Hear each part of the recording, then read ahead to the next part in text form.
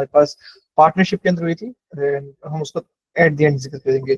So hello everyone, अस्सलाम वालेकुम and good evening. This is Mohammad Daniyal Kamal. I am the secretary SDGs at the block association and along with this I am serving my role as the co-founder for Re-Add Resilience and Adaptation.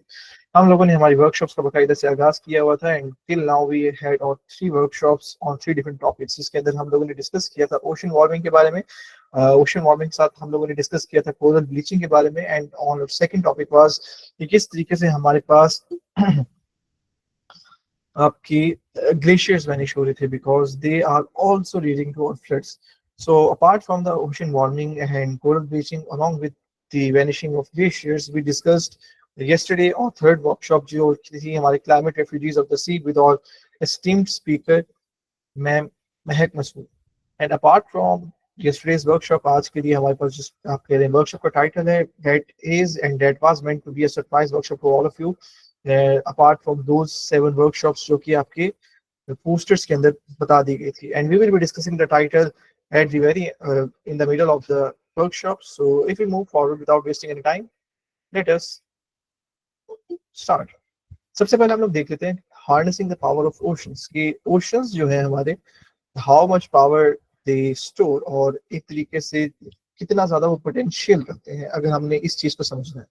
So if you start, मैं आप लोगों से वैसे बताना चाहता हूँ कि हमें पता है कि ओशंस हमारे पास कंट्रीब्यूट, आप कह रहे हैं पूरी हमारी प्लेनेट सरफेस को 71% उन्होंने मेकअप किया हुआ है. Like 2/3 of our planet earth body has been covered by ocean. And ocean और क्लाइमेट का एक तरीके से जो लिंक है वो बहुत ही ज्यादा स्ट्रांगली लिंक है.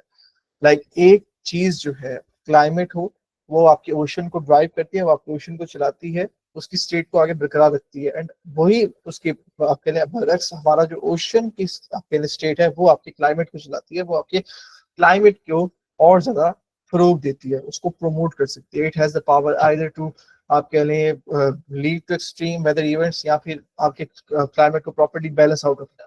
उसके बाद ओशन जो है वो आपके इन्फ्लुएंस करती है वेदर को भी क्लाइमेट को भी. किस तरीके से ये आपके इन्फ्लुएंस करेगी? ये करेगी बाय एब्जॉर्बिंग सोलर रेडिएशन. सन की जो रेडिएशन हमारे पास आ रही होती है, सन की वो रेडिएशन जो हमारे पास आ रही होती है in the form of heat.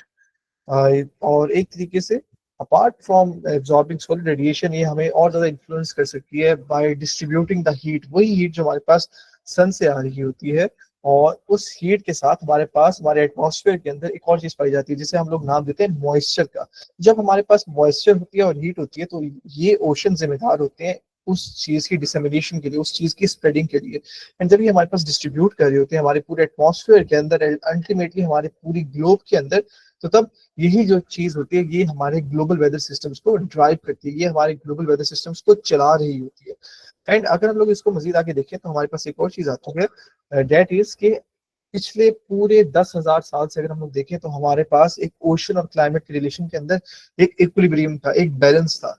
लेकिन अब 10,000 साल के बाद आकर हमारे पास ये जो स्टेबिलिटी थी, जो एक रिलेटिव स्टेबिलिटी थी कि हमारे पास जो बैलेंस था वो थोड़ा थोड़ा सा फ्लक्चुएट हो रहा था, अब वो एक लार्जर स्पीड के ऊपर फ्लक्चुएट होना स्टार्ट हो गया है, वो एक लार्जर स्पीड के ऊपर चेंज होना स्टार्ट हो चुका है. तो इसी वजह से हमारे पास इसके डायनामिक्स चेंज हुए ओशन क्लाइमेट रिलेशनशिप के. अब जो इसके इफेक्ट्स नजर आ रहे हैं वो हमें पिछले 170 सालों से नजर आ रहे हैं. और वो इफेक्ट्स किस तरीके से नजर आ रहे हैं या वो जो इफेक्ट्स नजर आ रहे हैं हमें वो किस वजह से नजर आ रहे हैं? वो इस वजह से नजर आ रहे हैं क्योंकि हमारे पास ग्रीन हाउस गैसेस की एक्यूमुलेशन बहुत ज्यादा हो चुकी है. We have contributed a lot और हम लोगों ने एक तरीके से बहुत ज्यादा जी एमिट किया है, चाहे वो हमारे इंडस्ट्रियल सेक्टर हो जाए, आपका एग्रीकल्चर सेक्टर हो जाए, आपका ट्रांसपोर्टेशन हो जाए, and B it any sector जिसके अंदर आप एक तरीके से इंडस्ट्रीज को फ्लो दे रहे थे, जिसके अंदर आपके पास इंडस्ट्री जो थी वो रेवोल्यूशन लेकर आ रही थी, वो इवॉल्व हो रही थी.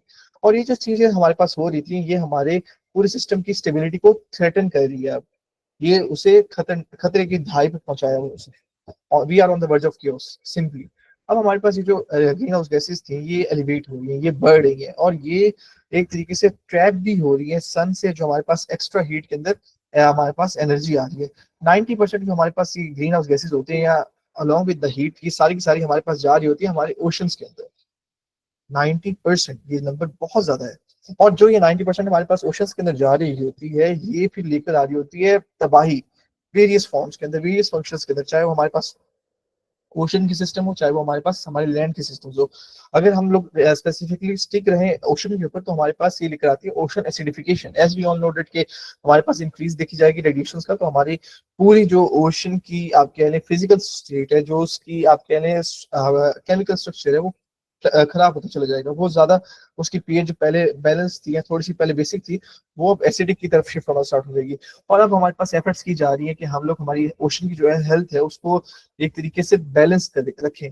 अगर हम उसको ज्यादा आप कह लें ठीक नहीं कर सकते, तो हम उसको बैलेंस की फॉर्म में रखें, ना हम उसको एक तरीके से ज्यादा एसिडिक करें, ना हम उसको एक तरीके से थोड़ा सा आप कहें ज्यादा काम करें।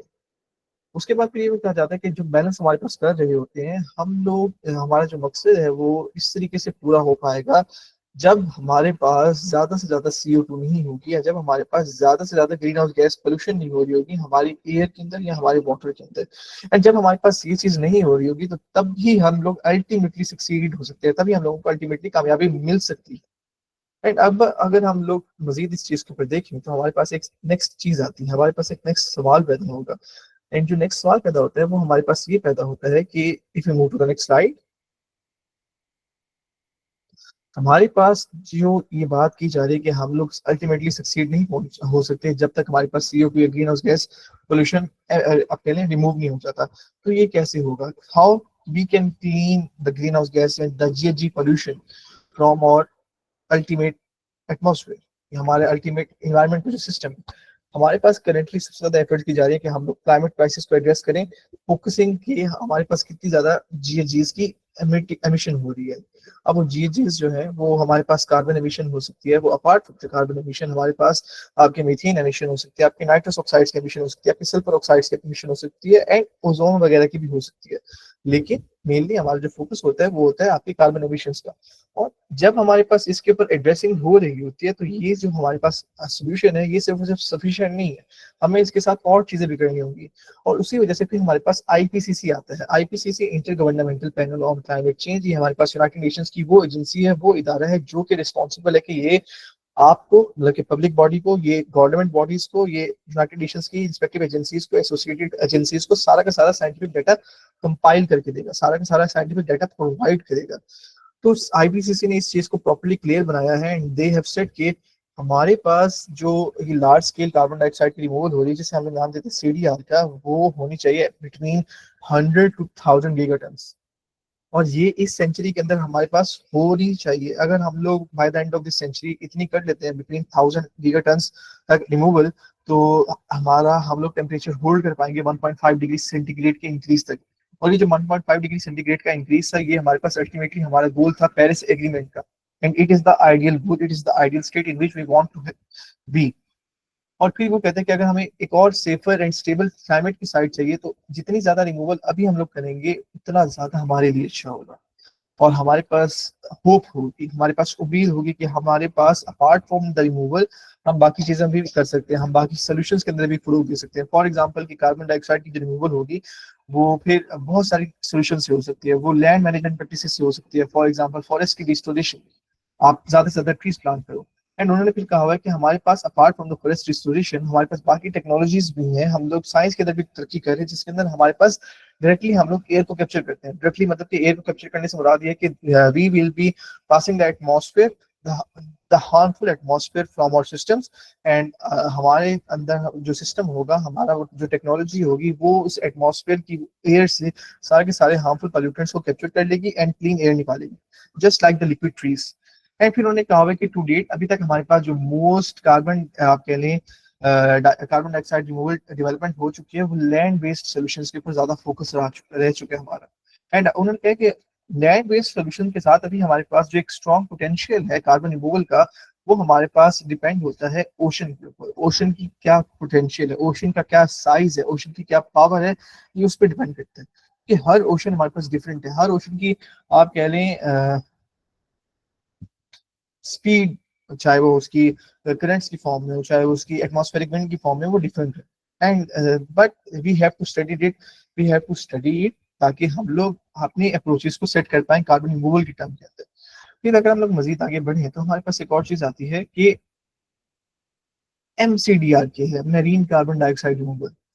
तो बेसिकली एमसीडीआर हमारे पास वो अपॉर्चुनिटी होती है कि अगर हम लोगों ने ओशन की पावर को अपने साथ हार्नेस करना है, अगर हमने ओशन की पावर को अपने लिए लेना है, अगर हमने ओशन से उसकी पावर मांगी है कि please give us the power, please grant us the power, ताकि हम कार्बन डाइऑक्साइड को सेफली रिमूव कर सकें, अपने एटमॉस्फेयर से सिक्वेस्टर कर सकें, तो हमें चाहिए कि हम लोग ज्यादा से ज्यादा, late me just add the participant, तो हमें चाहिए कि हम लोग ज्यादा से ज्यादा, आप कह लें मैसिवली, कार्बन डाइऑक्साइड को स्टोर करें।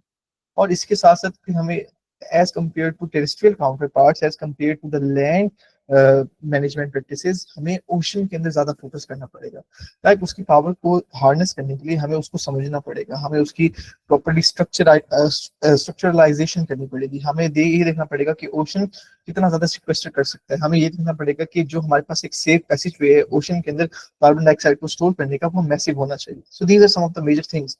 फिर ये चीज पे फोकस किया जाता है कि ओशन जो है वो ऑलरेडी हमारी पूरी अर्थ की बायोस्फीयर के अंदर किस बाकी as compare to other environmental systems, वो ज्यादा से ज्यादा कार्बन डाइऑक्साइड को अपने अंदर होल्ड किए हुए है, एंड उसका पोटेंशियल और ज्यादा होल्ड करने का भी है। और ये जो हमारे पास आप कह रहे हैं स्केल है ओशन का, ये मुराद ये करता है कि हमारे पास बाकी मेरीन के अंदर कार्बन डाइऑक्साइड रिमूवल सोल्यूशन और ज्यादा हो सकते हैं, हम लोग मजीद इसके अंदर इनोवेशन ला सकते हैं, हमारे पास with the help of technology हम लोग ओशन के अंदर मजीद कार्बन डाइऑक्साइड को स्टोर करवा सकते हैं, ताकि एटमॉस्फेयर से हमारे पास वो कार्बन डाइऑक्साइड की लेवल इंक्रीज ना हो।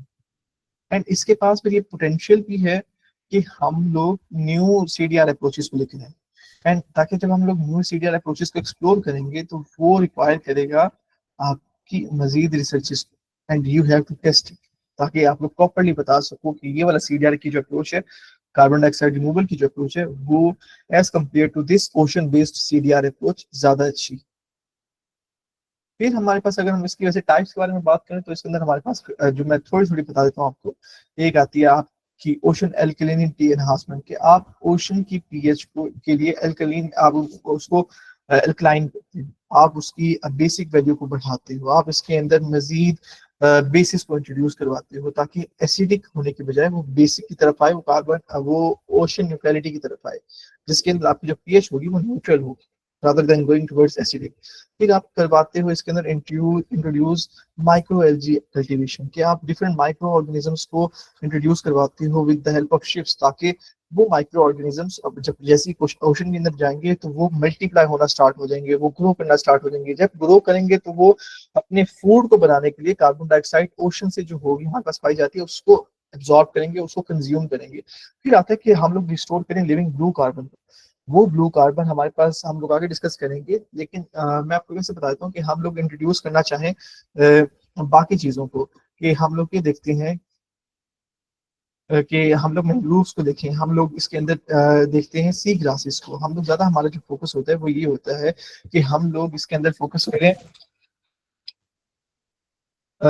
कि हम लोग सी ग्रासेस को ग्रो करवाएं, हम मैंग्रोव्स को प्रॉपर्ली ग्रो करवाएं, हम लोग जब ये हमारे मैंग्रोव सिस्टम होगा, जब हमारे पास ये सी ग्रासेस का इकोसिस्टम होगा तो हम इसको ज्यादा से ज्यादा फोकस करें। अच्छा, उसके बाद हमारे पास ये देखा जाता है इसी सोल्यूशन के अंदर, apart from these three solutions, हम लोग ये देखते हैं कि हम लोग माइक्रो एल्गी की कल्टीवेशन के साथ मैक्रो एल्गी की तरफ भी जाएं और कार्बन सिक्वेस्ट्रेशन के ऊपर ज्यादा से ज्यादा फोकस करें। फिर ये है कि हम लोग इसके अंदर एक और चीज को इंट्रोड्यूस करवाएं जिसे हम लोग नाम देते हैं डीप सी स्टोरेज का, कि हम लोग rather than going towards the upper sea phases, upper sea structures, हम लोग डीप सी को भी एक्सप्लोर करें एंड हम उसके अंदर स्टोर करवाएं कार्बन को, कार्बन एमिशंस को, बेसिकली हम लोग माइक्रो एल्गी या मैक्रो एल्गी को।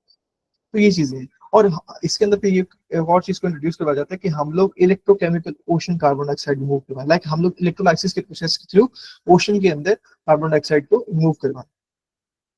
सो these are some of the major, आप कह लें marine CDR carbon dioxide removal approaches.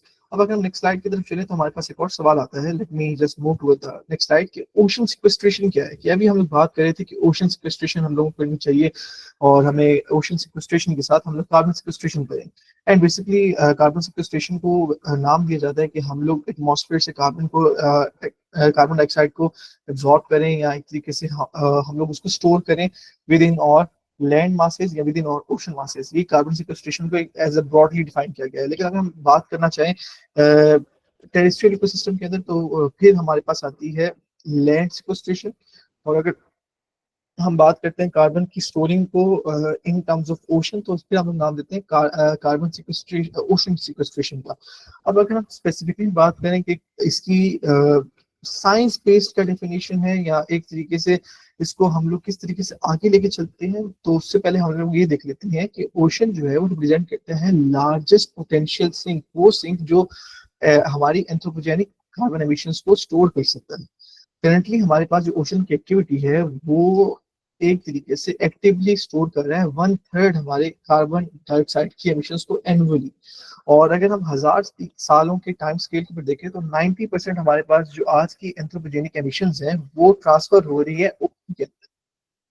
और फिर इस वजह से अब हम अगर ओशन को या ओशन सिक्वेस्ट्रेशन को प्रॉपर्ली डिफाइन करना चाहें तो अब हमारे पास डेफिनेशन आती है अकॉर्डिंग टू साइंस। साइंस या एक तरीके से जो हमारे पास साइंटिफिक टर्म्स के अंदर ओशन सिक्वेस्ट्रेशन की डेफिनेशन है वो डिफाइन किस तरीके से की जाती है कि ये एक ऐसी कार्बन डाइऑक्साइड की स्टोरिंग टेक्निक है जिसके अंदर कार्बन डाइऑक्साइड को हम लोग इंजेक्ट करते हैं हमारे वाटर बॉडीज के अंदर, और उसकी जो वाटर बॉडीज की डेप्थ होती है वो 1 किलोमीटर तक होनी चाहिए कम बेश। और ये अलाउ करता है कि आप इसके अंदर डिजोल्व कर सको, आप इसके अंदर स्प्रेड कर सको कार्बन डाइऑक्साइड को वाटर के अंदर, वाटर इकोसिस्टम्स के अंदर डेंसिटी डिफरेंस की बेस पर। और ओशन के पास ये पोटेंशियल है कि ये कार्बन डाइऑक्साइड को अप्रोक्सीमेटली 40,000 गीगाटन तक स्टोर कर सकता है। अभी हम लोग सिर्फ और सिर्फ बात करते थे 100 से 1000 गीगाटन की शुरुआत के, लेकिन अभी हमें पता चल गया with the help of science कि अभी हम लोग 40,000 गीगाटन तक स्टोर कर सकते हैं। पोटेंशियल अभी है मजीद, और ये एकोमोडेट कर सकते हैं 90% अभी हमारी करंट CO2 एमिशंस को। लाइक एक तरीके से अगर हमारा 424 ppm की वैल्यू है तो 424 डिवाइडेड बाई 10 जो हमारे पास आंसर आएगा, आप एक लेट मी सी 40 और एक तरीके से ये हो जाएगा 42.5 if I am not wrong. तो 42.424 में से 42.5 ppm आपकी कार्बन डाइऑक्साइड की एमिशन रह जाएगी अगर आपका 90% 424 ppm से डायरेक्टली आप कह लें एब्जॉर्ब हो गया ओशन के अंदर। और ये वैल्यू बाज़ाहिर हमें बहुत, आप कह लें अभी भी ज्यादा नजर आएगी, लेकिन साइंस की दुनिया के अंदर ये वैल्यू बहुत ही कम है। And it takes year for us कि हम लोग दोबारा से इस वैल्यू की तरफ जाएंगे, बट देखिए इसका पोटेंशियल कितना ज्यादा है। तो उसके बाद फिर एक और चीज है कि अगर हम लोग इसके ऊपर मजीद बात कर रहे होते हैं, अगर हम लोग इसको मजीद देख रहे होते हैं, तो हमारे पास एक और चीज देखी जाती है कि हमारे पास ओशन सिक्वेस्ट्रेशन की जो स्ट्रेटेजीज होती हैं वो अटेम्प्ट करते हैं कि हम एटमॉस्फेरिक CO2 के प्रोसेस को, लाइक जो उसका एब्जॉर्प्शन का प्रोसेस होता है, हम उसको स्पीड अप करें ताकि अल्टीमेटली एटमॉस्फेयर से हमारे पास CO2 डिक्रीज हो सके, हम उसको रिड्यूस कर सकें। और जो उसका इंक्रीज देखा जा रहा होता है through the help of industrial activities, through the help of municipal activities या हमारे वो वेस्ट डंपेज की वजह से, हम उस रेट ऑफ इंक्रीज को जो कार्बन डाइऑक्साइड हमारी इन पॉइंट सोर्सेज से हमारे एटमॉस्फेयर के अंदर कंट्रीब्यूट हो रहा है, हम उस रेट ऑफ इंक्रीज को डिक्रीज करें। मतलब कि अभी हमारे पास पॉइंट ए है, पॉइंट ए से मुराद हमारे पास वो इंडस्ट्रीज हैं जो कि ओशंस को एमिट, जो कि कार्बन डाइऑक्साइड को एमिट कर रही है। पॉइंट बी के ऊपर हमारे पास वो चीज आती है जहां पर हमारे पास ये CO2 हमारे एटमॉस्फेयर के अंदर मर्ज हो रहा होता है, हमारे एटमॉस्फेयर के अंदर आप कह रहे हैं डिजोल्व हो रहा होता है। एंड अब कार्बन सिक्वेस्ट्रेशन का काम या ओशन सिक्वेस्ट्रेशन का काम ये है कि उन्होंने एट द सेम टाइम आपके एटमॉस्फेयर से CO2 की आप कह लें कंसेंट्रेशन को रिड्यूस भी करना है, और जो हमारे पास पॉइंट ए से सोर्सेस, जो हमारे पास पॉइंट ए के सोर्सेस थे जो कि हमारे पास इंक्रीज दिखा रहे थे CO2 के रिलीज का, उस रिलीज को भी कम करना। सो ये चीज है। एंड वो कहते हैं कि इसके लिए जो हमारे पास स्ट्रेटेजीज आती हैं वो हम लोग दो अडॉप्ट करते हैं। एक जो है वो है कि हम लोग डायरेक्ट इंजेक्ट करें आप कह लें प्योर CO2 की स्ट्रीम को, लाइक कार्बन डाइऑक्साइड जो हमारे पास प्योरली प्रोड्यूस हो रही होती है वो हम लोग डायरेक्टली इंजेक्ट करें ओशन के अंदर। दूसरी बात यह कि या दूसरा स्ट्रेटेजी ये कि हम लोग हमारे ओशन अपटेक को, नेट ओशनिक अपटेक को एनहांस करें ताकि वो एटमॉस्फेयर से प्रॉपरली अपडेट कर सके CO2 की एमिशंस को। फिर उन्होंने कहा कि जो टेक्नोलॉजीज है वो एग्जिस्ट करती हैं कि हम लोग CO2 को डायरेक्टली इंजेक्ट कर सकते हैं बहुत ही डेप्थ के ऊपर, और फर्टिलाइजेशन के थ्रू ओशंस की हम लोग माइक्रो एल्गल न्यूट्रिएंट्स के थ्रू हम लोग इसको डायरेक्टली इंट्रोड्यूस करवा सकते हैं डीप सी के अंदर। लेकिन हमारे पास कुछ ऐसी टेक्नोलॉजीज भी हैं या हमारे पास कुछ ऐसी नॉलेज भी है जो कि हम लोग लैक कर रहे होते हैं, जो हमारे पास अभी है नहीं। कि फॉर एग्जांपल अगर हम लोगों ने इंट्रोड्यूस कर दिया तो इसके क्या कॉन्सिक्वेंसेज होंगे हमारे पास पूरी बायोस्फीयर के अंदर, बिकॉज हमने इंट्रोड्यूस तो कर दिया, लेकिन अल्टीमेटली जितना ज्यादा हम इंट्रोड्यूस करेंगे उसका कुछ ना कुछ हमारे पास पे बैक भी देखने को मिलेगा मदर नेचर की तरफ से, because ultimately she has to maintain a balance our mother nature. तो दिस इज द थिंग। और अगर हम लोग वैसे डिफाइन करना चाहें एक तरीके से ओशन कार्बन सिक्वेस्ट्रेशन को, मतलब कि वो कार्बन सिक्वेस्ट्रेशन जो कि ओशन के अंदर हो रही है आसान अल्फाज के अंदर, तो ये वो प्रोसेस है जिसके अंदर हम लोग रिमूव कर रहे होते हैं और स्टोर कर रहे होते हैं कार्बन डाइऑक्साइड को एटमॉस्फेयर से, आइदर डायरेक्टली जो ओशन हमारे पास एब्जॉर्ब कर रहे होते हैं, या फिर हमारे पास आर्टिफिशियली जब हम कार्बन डाइऑक्साइड को इंजेक्ट करवा रहे होते हैं और वो कैप्चर कर हो रहा होता है बाय डीप सी, मतलब कि डीप सी ओशंस शुरुआती हमारे पास अपर लेयर में। उसके बाद अगर हम लोग मजीद नेक्स्ट स्लाइड की तरफ चले तो हमारे पास एक और चीज आती है जिससे हम लोग नाम देते हैं कि आज की वर्कशॉप का टाइटल क्या है। तो आज की वर्कशॉप का टाइटल है that is blue carbon and water ecosystems. हम लोग बात करेंगे ब्लू कार्बन के ऊपर कि what are basically blue carbon. ये क्या कोई स्ट्रक्चर है, ये कोई सिस्टम है, ये कोई मैकेनिज्म है, ये कोई फ्रेमवर्क है, या ये कोई पॉलिसी है, गवर्नेंस का स्ट्रक्चर है। तो व्हाट एग्जैक्टली इज दिस, कि हम लोग ब्लू इकोनॉमी को जिक्र कर रहे होते हैं, तो what is exactly is blue carbon. So we will be discussing today about blue carbon. अगर हम ब्लू कार्बन को बात करें तो ब्लू कार्बन की जो हमारे पास टर्म थी, या हमारे पास जो ब्लू कार्बन को प्रॉपर्ली डिफाइन किया जा रहा था, तो ये हमारे पास सॉरी आप कह लें वो टर्म है जिसके अंदर हम लोग CO2 को स्टोर कर रहे होते हैं वर्ल्ड के कोस्टल या मैरीन इकोसिस्टम के अंदर। अब कोस्टल से मुराद साहिली इलाके हैं। साहिली इलाके आपके जो होते हैं कम डेप्थ के होते हैं। अब उन साहिली इलाकों के अंदर या मैरीन इकोसिस्टम के अंदर आपके पास वो ऑर्गेनिजम्स आ सकते हैं जो कि CO2 को अपने अंदर स्टोर करेंगे। अब वो ऑर्गेनिजम्स कौन से हो सकते हैं? वो आपकी सी ग्रासेस हो सकती हैं, वो आपकी सॉल्ट मार्शेस हो सकती हैं, वो आपके मैंग्रोव हो सकते हैं। और इसी वजह से इसको इस सिस्टम को ब्लू का जो स्पेसिफिक नाम है वो कार्बन का वो इसलिए दिया जाता है क्योंकि ओशन का जो कलर है वो ब्लू है, and ocean represents blue colour on a massive level. तो इस वजह से इसकी जो प्रोक्सिमिटी है ओशन की, वो इसे इस कार्बन की टेक्निक को ब्लू से मुखातिब करती है। एंड एक और रीजन इसकी ये है कि चूंकि हमारे पास मोस्टली स्टोर किया जाता है सॉइल एंड सिल्ट के अंदर, और सॉइल एंड सिल्ट वो भी जो कि सी बेड से आपके साहिल समंदर से 6 मीटर तक के फासले पर होती है। फॉर एग्जाम्पल ये आपका सी सरफेस है या फिर सतह समंदर है, तो इससे लेकर सतह समंदर से लेकर 6 मीटर तक की जो डेप्थ होगी, मतलब 6 मीटर तक का जो डेप्थ सी बेड होगा, वहां तक आपके पास ब्लू कार्बन फिनोमिना देखा जाएगा। आपके पास कोस्टल ब्लू कार्बन का फिनोमिना देखा जाएगा जिसके अंदर आप मैंग्रोव्स, सॉल्ट मार्शेस और सी ग्रासेस की वजह से कार्बन डाइऑक्साइड को इन 6 मीटर तक के डिस्टेंस के अंदर एब्जॉर्ब कर सकते हो। उसके बाद apart from the coastal blue carbon हमारे पास एक और टर्म देखी जाती है डीप सी कार्बन की। अब डीप सी कार्बन वो टर्मिनोलॉजी है जिसके अंदर हमारे पास CO2 एब्जॉर्ब हो रहा होता है और स्टोर हो रहा होता है वर्ल्ड के मैरीन इकोसिस्टम से, लेकिन वो इकोसिस्टम्स जो कि इन 6 मीटर के रेडियस के बाद से स्टार्ट होते हैं। एंड अप्रोक्सीमेटली इफ आई से कि हमारे पास 6 मीटर कितना होता है, तो इट इज अल्टीमेटली आपका राउंड अबाउट 19 फीट के बाद से जो हमारे पास डिस्टेंस आ रहा होता है। तो 19 फीट के बाद से 19 फीट के बाद से आपके पास जो डिस्टेंस आ रहा होता है सतह समंदर के बाद, उसके अंदर आपका डीप सी कार्बन स्टोर हो रहा होगा, या आपके पास उसके अंदर आपके पास कार्बन डाइऑक्साइड आपका अब्सॉर्ब हो रहा होगा। और हर जो टाइप होती है हमारे पास कार्बन स्टोरिंग की है, कार्बन इस मैकेनिज्म की, वो एक स्पेसिफिक मेथोडोलॉजी को यूज कर रही होगी ताकि हम उसके इम्पैक्ट्स को भी समझ पाए एंड हम उसके बेनिफिट्स को भी समझ पाए। फिर हमारे पास एक तरीके से जो ये फोकस किया जा रहा होता है कोस्टल ब्लू कार्बन के ऊपर, ये आपके मेनली फोकस कर रहा होता है आपके मैंग्रोव्स के ऊपर, आपके टाइडल मार्शेस के ऊपर, आपके सी ग्रासेस के ऊपर, वो ग्रास जो आपके समुद्रों के अंदर पाई जाती है। एंड ये फिर हमारे पास उनकी मेथोडोलॉजीज भी आती है, क्योंकि आपने इसके अकाउंटेबिलिटी को भी देखना होता है कि हाँ भाई ये अकाउंटेबल है एब्जॉर्ब करने के लिए या नहीं। एंड ये जो मेथोडोलॉजीज हैं ये रिकॉग्नाइज की जाती है IPCC से, inter governmental panel on climate change. And वो कह रहे होते हैं कि अब मजीद आगे आने वाले हैबिटेट्स को या मजीद आने वाले फ्यूचर के अंदर हम मजीद हैबिटेट्स को इसके अंदर इंट्रोड्यूस करवाएंगे। हैबिटेट्स से मुराद ये है कि मैंग्रोव्स, टाइडल मार्शेस, सी ग्रासेस के अलावा हम बाकी इकोसिस्टम्स को भी ब्लू कार्बन का पार्ट बनाएंगे। एंड अगर आपने ब्लू कार्बन को समझना तो थोड़ा सा आपको इस तरीके से बता देता हूँ कि फाइंडिंग नीमो के अंदर हम लोग ये देख रहे थे जो एनिमेटेड मूवी थी, तो उसके अंदर ये देखा जा रहा था कि जो नीमो था वो, या नीमो के जो डेड वगैरह थी, जितनी भी हमारे स्पीशीज थी, वो कोरल के अंदर जो रह रही होती थी, या वो जो सी बेड के अंदर रह रही होती थी, उस सी बेड की जो डिस्टेंस था आप कहने का फिशिंग रॉड से या सी सरफेस से, वो विद इन 6 मीटर तक था। एंड उस वो जो जहाँ पे रह रही होती थी, जो उसका पूरा इकोसिस्टम था, that was also an example of blue carbon.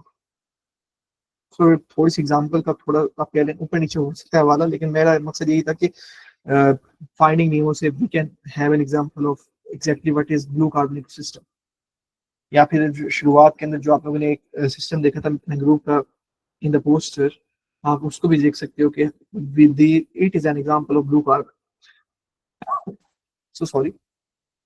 उसके बाद अगर हम इसको मजीद आगे बढ़ाना चाहें तो हमारे पास एक और चीज आती है, एंड ये कहा जाता है कि ब्लू कार्बन वो टर्म है जो सिर्फ और सिर्फ मैंग्रोव, सॉल्ट मार्शेस और सी ग्रासेस के लिए हम लोग डिनोट करते हैं। फिर एक सवाल पैदा होता है कि ब्लू कार्बन इंपॉर्टेंट क्यों, why do we need to study this.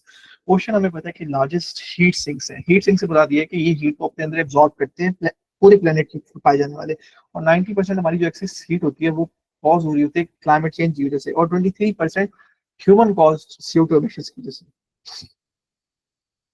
अब ओशन तो लार्जेस्ट सिंक बन गए, और इसी वजह से ब्लू कार्बन क्रिटिकल है। क्यों? क्योंकि इसने हमें मल्टीपल बेनिफिट्स पहुंचाने होते हैं। इस वजह से पहला जो बेनिफिट वो ये होगा, वो ये है कि ब्लू कार्बन के जो कोस्टल इकोसिस्टम है, जो उसके साहिली इकोसिस्टम्स हैं, वो ह्यूज पोटेंशियल रखते हैं, ह्यूज स्टोरिंग कैपेसिटी रखते हैं CO2 एमिशंस को अपने अंदर एब्जॉर्ब करने के लिए। ऑल्दो ये सिर्फ और सिर्फ 2% आप कह लें टोटल ओशन सरफेस को कवर रखते हैं, लेकिन ये अकाउंट करते हैं कि ये ओशन के अंदर 50% से ज्यादा कार्बन को अपने अंदर एब्जॉर्ब कर सकते हैं। क्यों? क्योंकि पहले तो ये आप कह लें सदा समंदर से बिल्कुल करीब है। आपकी हीट, आपकी लाइट, आपकी बाकी रेडिएशन डायरेक्टली इनके ऊपर फॉल कर सकती है, and they can absorb the most amount of CO2 into them. दूसरी बात कि apart from absorbing the CO2, they are living creatures, so they can make their food from या by absorbing the CO2 जो कि हमारे पास water के अंदर पाई जा रही है।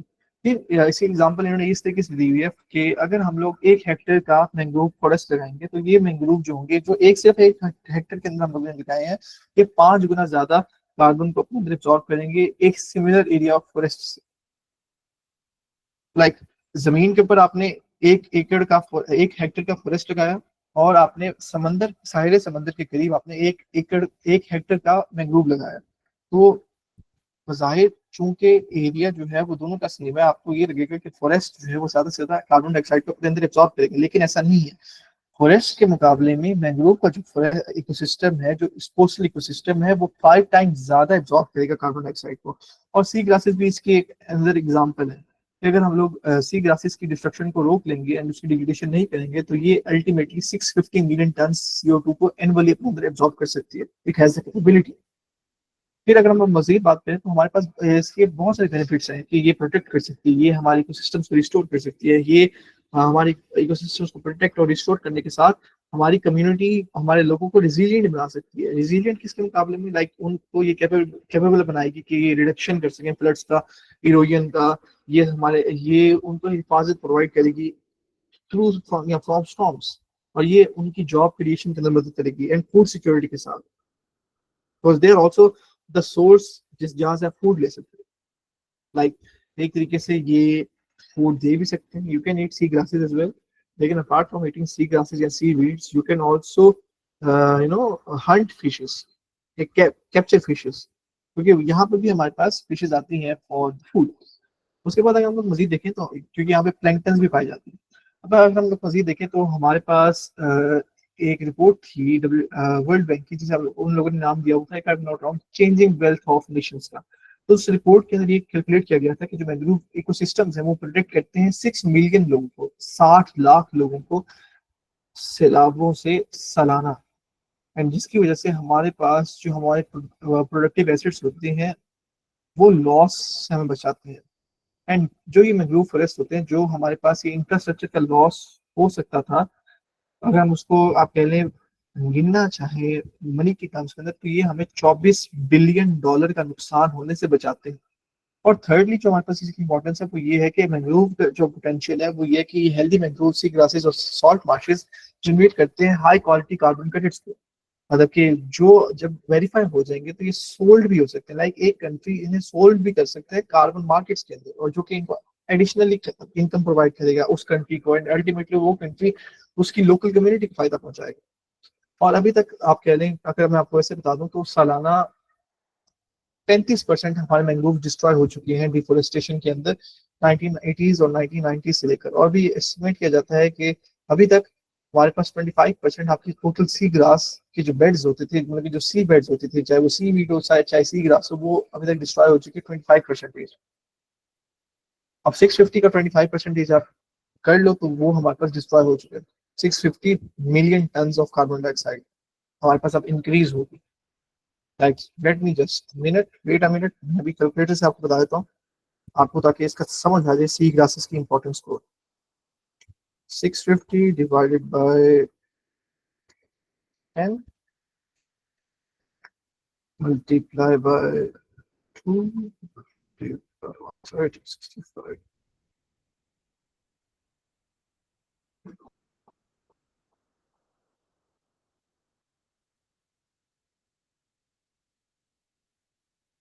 हमारे पास अल्टीमेटली आप कह रहे हैं 650 मिलियन टन कार्बन डाइऑक्साइड आप कह रहे हैं एब्जॉर्ब हो सकती है, and हो भी रही है with the help of sea grasses. लेकिन अभी हमारे पास जब 25% आपका सी ग्रास या सी बेड डिस्ट्रॉय हो चुका है, तो इसका मतलब 650 मिलियन टन में से आपका जो 135.5 million ton of carbon dioxide होगी वो एटमॉस्फेयर के अंदर ही कंट्रीब्यूट होगी, वो वहीं पे रहेगी, वो आपके सी बेड्स या सी ग्रासेस एब्जॉर्ब नहीं कर पाएंगे। And 135 million ton is a huge number. इससे आपके फ्लड्स वगैरह बहुत ही लार्ज क्वांटिटी के अंदर आ सकते हैं। फिर अगर हम नेक्स्ट स्लाइड की तरफ चलें तो हमारे पास क्वेश्चन आएगा कि ब्लू कार्बन किस तरीके से हमारे क्लाइमेट चेंज के अंदर हमें मदद प्रोवाइड कर सकता है उसको लड़ने के लिए।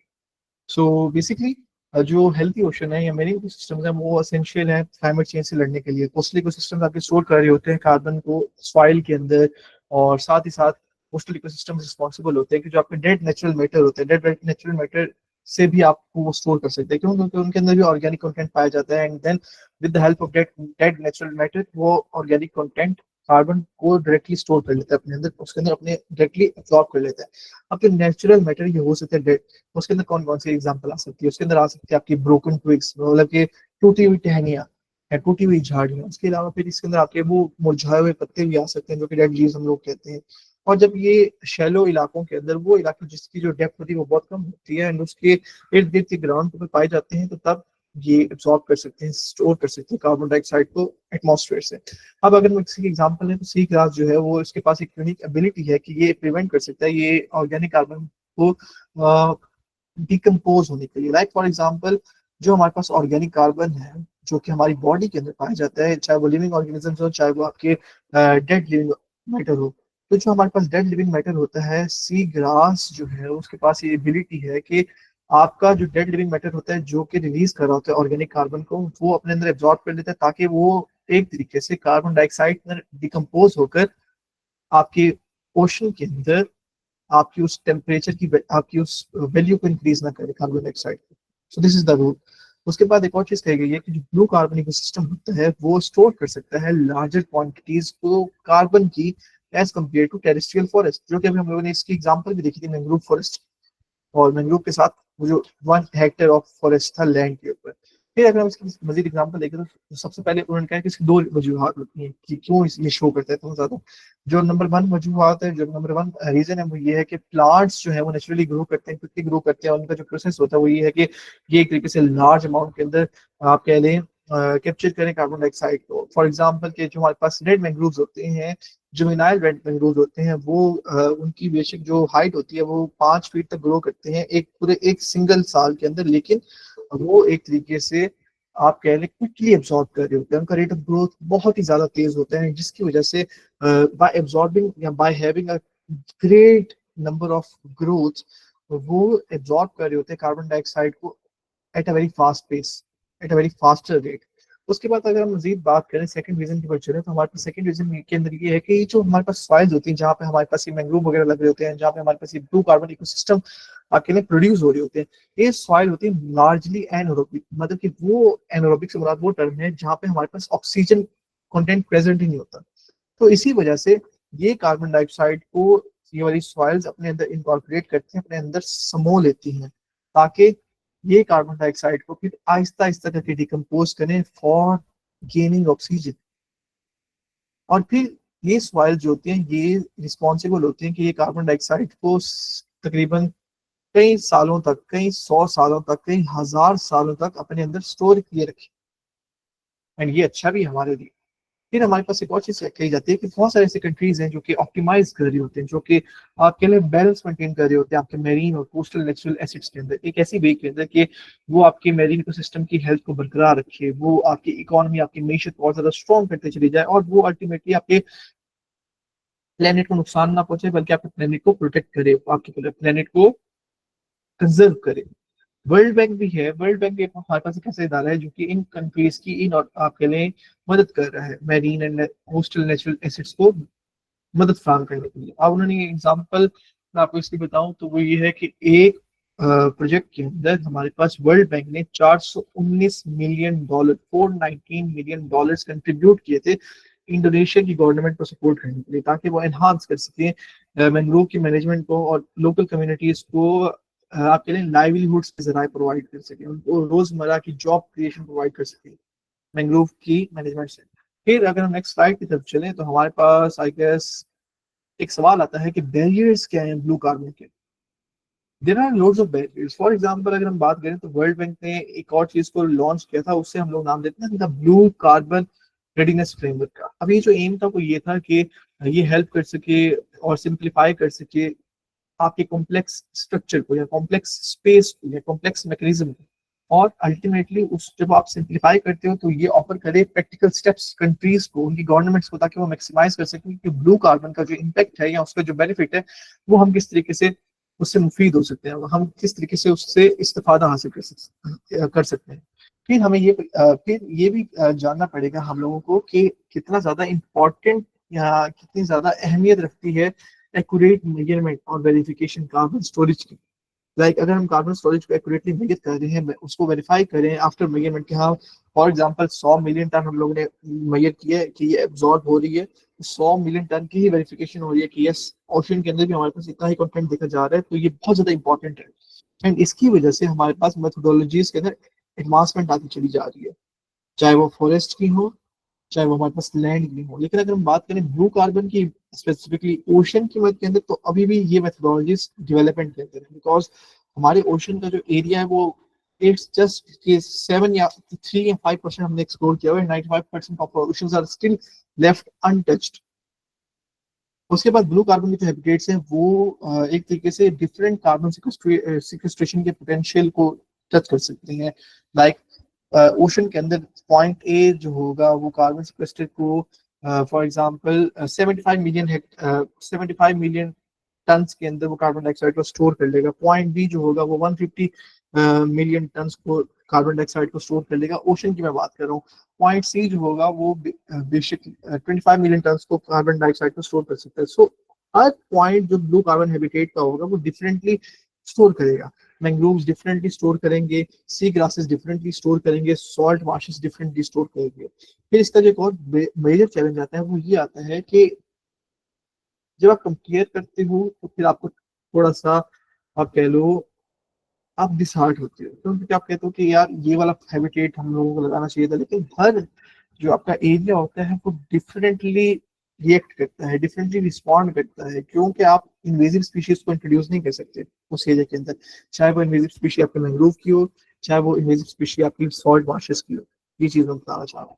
और फिर एक और चैलेंज जो आता है आपको वो ये आता है कि आप इंश्योर कर सकते कि जो एमिशन रिडक्शन हो रही है, जो आपके पास कार्बन डाइऑक्साइड की रिमूवल हो रही है एटमॉस्फेयर से, ये परमानेंट है। क्यों? क्योंकि ये जो है इसके अराउंड ये चैलेंजेस आते हैं कि अल्टीमेटली कुछ ना कुछ अमाउंट के अंदर जो हमें एब्जॉर्ब हो रही है, क्या पता इन फ्यूचर या आने वाले कई सालों के बाद इसमें से कुछ अमाउंट जो है वो एटमॉस्फेयर के अंदर बाहर चली जाए। क्यों? क्योंकि ये एक नेचुरल साइक्लिक प्रोसेस है, it is a cyclic process. आपको इसके अंदर बैलेंस रखना पड़ेगा, आपको इसके अंदर इक्विलिब्रियम को मेंटेन करना पड़ेगा।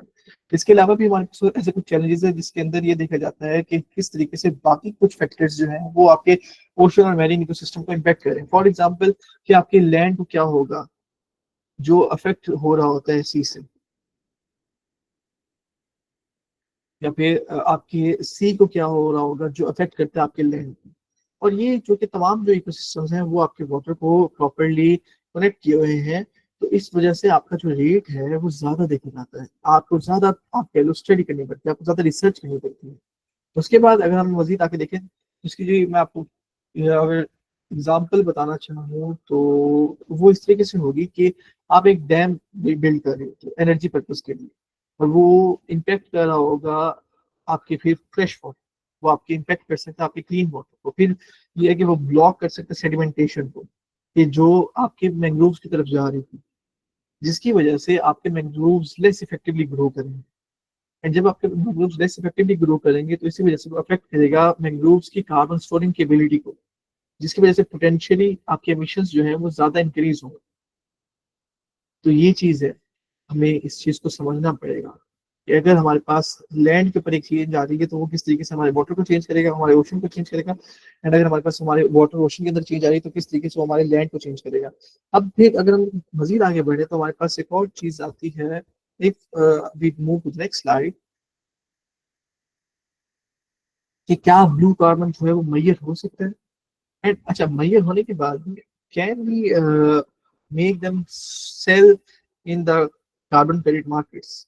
हम लोगों ने कार्बन क्रेडिट मार्केट्स का जिक्र भी किया हुआ है, तस्करा भी किया हुआ है। अब अगर हम बात करें ब्लू कार्बन को मैयर होने की, तो यस, ब्लू कार्बन कैसे मैयर है हमारे पास डिफरेंट, इसके अंदर टेक्नोलॉजीज इंट्रोड्यूस की जाती हैं, हम लोग डिफरेंटली इसको देख सकते हैं और इसकी स्टोरेज वगैरह को देख सकते हैं। और ये कहा जाता है कि जो हमारे पास स्टोरिंग हो रही है मैंग्रोव से, सॉल्ट मार्शेस से, सी ग्रास सिस्टम की, उसकी जो वैल्यू है वो 190 बिलियन से ज्यादा एक्सीड करती है, 190 बिलियन डॉलर पर ईयर।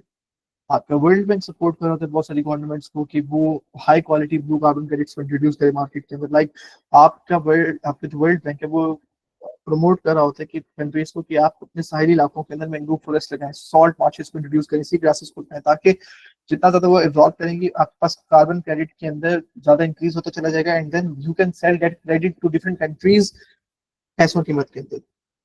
उसके बाद अगर हम मजीद इसके अंदर देखें तो आपको एक और चीज को यकीन दहानी करानी पड़ेगी कि आपका जो प्रोसेस है सही कर रहा है, you are not making any mistake. आप ये तरीके से देखो कि आप बिल्ड कर रहे हो ट्रांसपेरेंट कार्बन मार्केट्स को, आप नई चेंजेस लेकर आ रहे हो इस पूरे प्रोसेस के अंदर, आप बेनिफिट पहुंचा रहे हो अपनी कम्युनिटीज को डेवलपिंग कंट्रीज के अंदर, चाहे वो फाइनेंशियल हो, चाहे वो एनवायरमेंटल हो, चाहे वो एक बेटर क्वालिटी ऑफ लाइफ हो, सोशल मतलब के आप जॉब क्रिएशन प्रोवाइड कर रहे हो वल्नरेबल कम्युनिटीज के, वल्नरेबल ग्रुप्स को, जो कि इंक्लूड करती हैं आपके वुमेन सेक्टर, आपका इंडिजिनियस पीपल का, आपकी लोकल कम्युनिटीज का, आपके फार्मर्स का, आपके फिशरमैन का। क्योंकि ये भी वो तबका है, ये भी वो इलाका है जिसके अंदर आप काम कर रही होते हो, and you have to work upon. अब अगर हम आप कह लें नेक्स्ट स्लाइड की तरफ चलें तो हमारे पास आई गेस एक और चीज आएगी। And let us move to the next slide, but before moving to next slide let me just add a participant. अब अगर हम नेक्स्ट स्लाइड की तरफ चले तो हमारे पास एक और सवाल आता है कि ब्लू कार्बन इकोनॉमी के कंपोनेंट्स के। अब ब्लू कार्बन इकोनॉमी है क्या, सबसे पहले ये सवाल आता है। ब्लू कार्बन इकोनॉमी आपकी वो इकोनॉमी होती है जो कि इन्वॉल्व करती है आपके कोस्टल ब्लू कार्बन इकोसिस्टम्स को। लाइक एक तरीके से ये इकोनॉमी जो है ये इन्वॉल्व करेगी आपके ब्लू कार्बन के इकोसिस्टम्स को, मतलब कि आपके मैंग्रोव इकोसिस्टम को इन्वॉल्व करेगी, आपके सी ग्रासेस के इकोसिस्टम को इन्वॉल्व करेगी, आपके टाइडल मार्शेस के इकोसिस्टम को इन्वॉल्व करेगी। एंड फिर ये स्टोर करेगी, ताकि जब ये आपके पास इन्वॉल्व करेगी तो ये जो मार्शेस हैं, ये जो इकोसिस्टम्स हैं, ये एब्जॉर्ब करें, ये स्टोर करें कार्बन डाइऑक्साइड को, ताकि ये कम्बैट कर सके क्लाइमेट चेंज से। और जब ये एब्जॉर्ब भी कर रही है तो साथ ही साथ ये आपके फिशरी सेक्टर के अंदर आपको इकोनॉमी बेनिफिट्स पहुंचाए। मतलब कि जब आप ये स्टोर कर रही होंगी तो इन इकोसिस्टम्स के अंदर प्लैंक्टन्स पैदा होंगे, प्लैंक्टन्स को खाने के लिए हमारे पास फिशेज आएंगी दूर दूर से। And then you can hunt fishes, you can catch fishes. उसके बाद ये हमारे पास कोस्टल प्रोटेक्शन का भी आपके लिए जिम्मा उठाती हैं। क्यों? क्योंकि जब हमारे पास मेरीन इकोसिस्टम होगा, मेरीन ट्रीज बनेंगे, तो मेरीन ट्रीज हमारे पास बैरियर के तौर पर एक्ट करेंगे। एंड जब हमारे पास टाइडल वेव्स आ रही होंगी, स्टॉर्म्स आ रहे होंगे, सुनामीज आ रही होंगी या फ्लड्स आ रही होंगी, तो जो ये चूंकि इनकी हाइट बहुत ज्यादा तेजी से बढ़ती है, with the help of height and with the help of strong structure ये फ्लड्स को आने नहीं देंगे। एंड ये फ्लड्स ऐसे हो जाएंगे हमारे पास, वापस बाउंस बैक हो जाए। आपका जो इंफ्रास्ट्रक्चर था जो कि डैमेज हो सकता था अगर आपके पास मैंग्रोव फॉरेस्ट नहीं होते, तो वो बरकरार रहता है। एंड आपके पास इकोनॉमिक बेनिफिट्स इसका ये है कि आपकी जो नुकसान नहीं होने देगा। फिर ये वो इकोनॉमिक अप्रोच है जिसके अंदर आप फोकस करते हो सस्टेनेबल यूज ओशन रिसोर्सेज का। आप इसके अंदर पॉलिसीज को इंटीग्रेट करवाते हो, आप फाइनेंसिंग देखते हो, आप डेटा देखते हो कि जो सपोर्ट करे आपके मैरीन इकोसिस्टम्स की हेल्थ को, आपके इम्प्रूव कर सके आपकी लाइवलीहुड्स को। फिर आप इसके अंदर मजीद फोकस करते हो कि इसके अंदर जो है आपका जो आप कह लें इकोसिस्टम है जो वो बरकरार रहे, वो सेफ रहे। उसके अंदर फिर आप मजीद एक और चीज को देखते हो, वो ये होता है कि आप इसके अंदर इन्वॉल्व करते हो कि आपका इकोसिस्टम की वैल्यू की जाए। इसके अंदर डिफरेंट वैल्यूज है कि ये रेवेन्यू भी जनरेट कर सके कंजर्वेशन के थ्रू, रेस्टोरेशन के थ्रू, ये आपको कार्बन मार्केट्स के थ्रू भी रेवेन्यू जनरेट करके दे, और अल्टीमेटली सस्टेनेबल डेवलपमेंट के अंदर ये कंट्रीब्यूट करे। अब अगर सवाल पैदा है कि ये इंपॉर्टेंट क्यों है ब्लू कार्बन इकोनॉमी, तो ये ब्लू कार्बन इकोनॉमी इंपॉर्टेंट इसलिए होती है, ये मैं आपको इसलिए बता रहा हूँ ताकि आप उसको प्रॉपर्टी जान दो। अच्छा, तो ये जो ब्लू कार्बन इकोनॉमी है ये इसलिए इंपॉर्टेंट होती है कि इसके अंदर आप तीन चीजों को देख रहे होते हैं। इसमें आप देखते हो कि किस तरीके से आप क्लाइमेट चेंज के खिलाफ मिटिगेशन कर सकते हो, किस तरीके से आप इकोसिस्टम के थ्रू अपनी सर्विसेज दे सकते हो, एंड किस तरीके से आप नेचर बेस्ड सोल्यूशंस के अंदर प्रमोट कर सकते हो। उसके अंदर आप देखते हो कि जो आपका क्लाइमेट चेंज मिटिगेशन है, आप उसको अगर हम देखें तो उसके अंदर आप ये देख रहे होते हो कि जो ये ब्लू कार्बन इकोसिस्टम है ये एफिशिएंट हो एज कार्बन सिंक्स, कि ये कार्बन को सिक्वेस्टर कर सके और हाइयर टर्म्स के अंदर, हाइयर रेट के अंदर अपने CO2 को एब्जॉर्ब कर सके। इकोसिस्टम सर्विसेज के अंदर ये बेनिफिट प्रोवाइड कर रहे होते हैं आपको लार्ज बेनिफिट्स। फॉर एग्जांपल ये आपको एक तरीके से हैबिटेट सप्लाई करेंगे, ये मैरीन स्पीशीज के थ्रू आपको फूड प्रोवाइड करेंगे जो कि आपके फिशरमैन को या आपके फिशरीज सेक्टर को प्रमोट करता है। फिर ये एनहांस करेंगे आपकी लोकल लाइवलीहुड को। अगर हम नेचर बेस्ड सॉल्यूशंस को देखते हैं तो नेचर बेस्ड सॉल्यूशंस के अंदर आता है आपके वो सॉल्यूशंस जो कि प्रोटेक्ट करेंगे, रिस्टोर करेंगे इन हैबिटेट्स को। लाइक फॉर एग्जांपल इसके अंदर आप लिखते हो कि how mangrove plantation can support you, your plants, your ecosystem, and ultimately it can make you sustain. उसके बाद अगर हम अब बात करें कि किस तरीके से हमारे पास इसके कंपोनेंट्स आते हैं, तो हमारे पास इसके 5 कंपोनेंट्स हैं। हमारे पास इसके जो कंपोनेंट्स हैं वो आते हैं आपके कार्बन मार्केट, आपका फाइनेंशियल इंसेंटिव, आपका सस्टेनेबल डेवलपमेंट, आपका integration with blue economy, and आपकी पॉलिसी एंड गवर्नेंस। अगर हम कार्बन मार्केट की बात करें तो ब्लू कार्बन इकोनॉमी आपकी एक ऐसी इकोनॉमिक वैल्यू को क्रिएट करती है इन्हीं इकोसिस्टम से जो अलाउ करेगी आपको कि आप कार्बन कमोडिटीज की क्रिएशन कर सकते। अब वो कार्बन कमोडिटीज जो कि एक कंट्री दूसरे कंट्री से या बाय कर सकता है या उससे सेल आउट कर सकता है वाया कार्बन मार्केट्स। फिर अगर हम फाइनेंशियल इंसेंटिव्स की बात करें तो ये फाइनेंशियल इंसेंटिव्स भी प्रोवाइड करते हैं इन टर्म्स ऑफ कंजर्वेशन या रिस्टोरेशन। लाइक अगर एक ग्रुप जो है वो कार्बन रिस्टोरेशन की तरफ अपना प्रोजेक्ट लेके जाएगा या कार्बन कंजर्वेशन की तरफ या इन्हीं इकोसिस्टम्स की कंजर्वेशन की तरफ अपना प्रोजेक्ट लेके जाएगा, तो जो नेचुरल नेशनल या इंटरनेशनल ऑर्गेनाइजेशन है apart from the government of that country, वो आपको फाइनेंस प्रोवाइड करेगी कि आप अपने कोस्टल हैबिटेट को कंजर्व करो, आप अपने कोस्टल हैबिटेट को रिस्टोर करो, क्योंकि उन्हें इस चीज की अहमियत का पता है।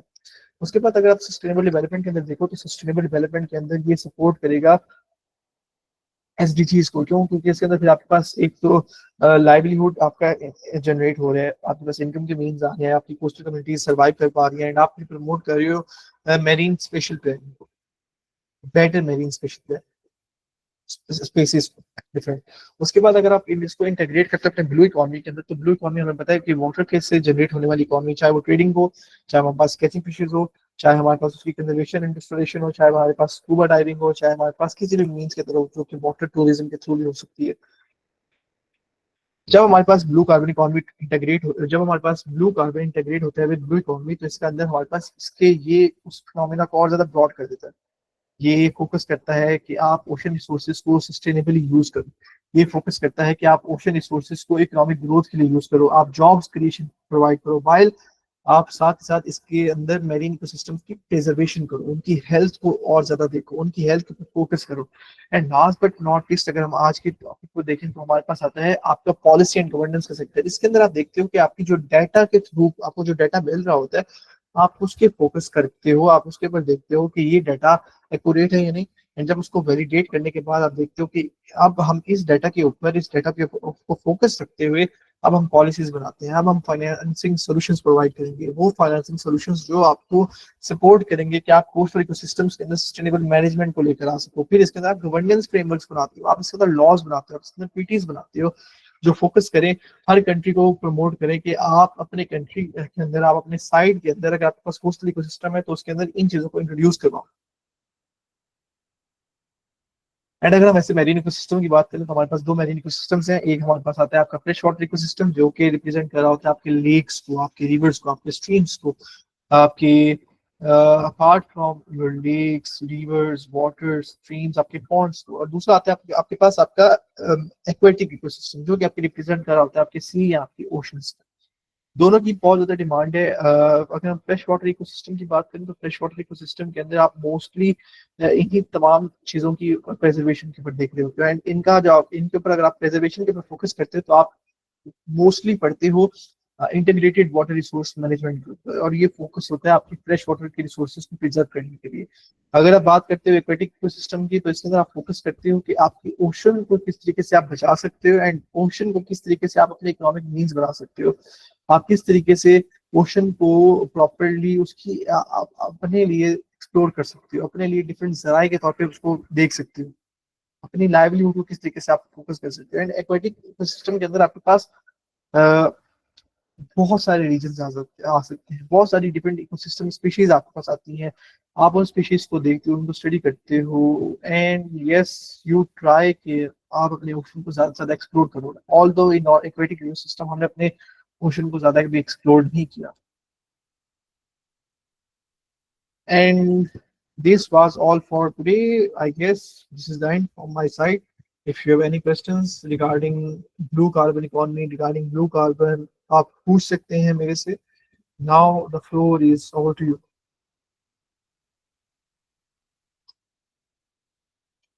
Okay, I guess.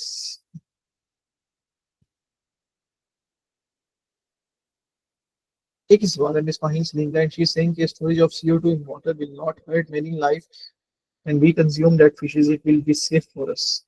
अच्छा मिस फाहीन, हम लोग अगर बात करें ब्लू कार्बन के ऊपर या स्टोरेज के ऊपर CO2 की, तो हमारे पास ओशन के अंदर CO2 को स्टोर करने के लिए लार्ज रिजर्व्स है।